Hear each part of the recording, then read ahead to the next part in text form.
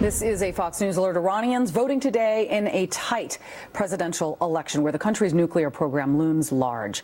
President Hassan Rouhani facing a very serious challenge from hardliner Ibrahim Raisi. The conservative candidate accuses the incumbent of failing to capitalize on the program, which was supposed to boost Iran's economy. Meanwhile, the U.S. announcing new sanctions over Tehran's ballistic missile program.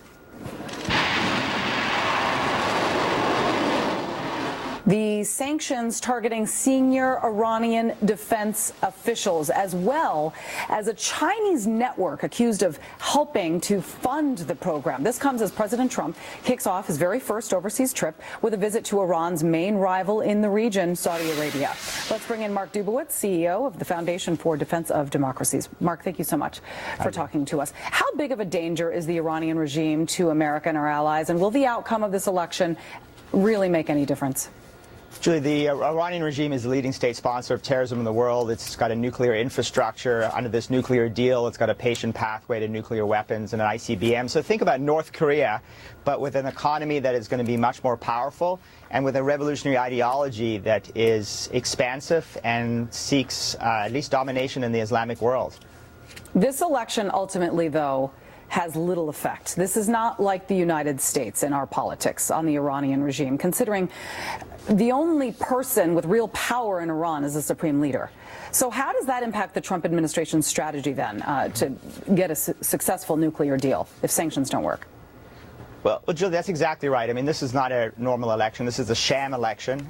It's going to be a rigged election no matter which way it goes. And it's between two hardcore revolutionaries, Rouhani and Raisi, who are dedicated revolutionaries and are dedicated to imperialism abroad, repression at home, and a nuclear weapons program. How it will affect the Trump administration's policy is that they should ignore this presidential election. They should focus on the supreme leader, Ali Khamenei, who really has all of the power, and they need a comprehensive strategy to use all instruments of American power to subvert and roll back Iranian aggression. Yeah, I mean, first of all, the Office of Foreign Assets Control, OFAC, designates a defense official who facilitated the sale of explosives to Syria, what we just mentioned in the intro there.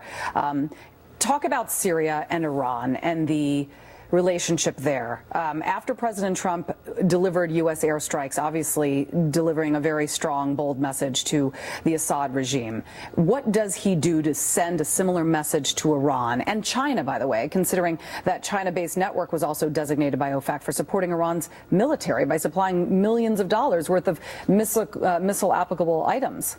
That's exactly right, Julie. And in fact, that Iranian defense official who was designated for supplying not just explosives, but actually was supporting the very research center in Syria responsible for the chemical weapons attacks on Syria's people.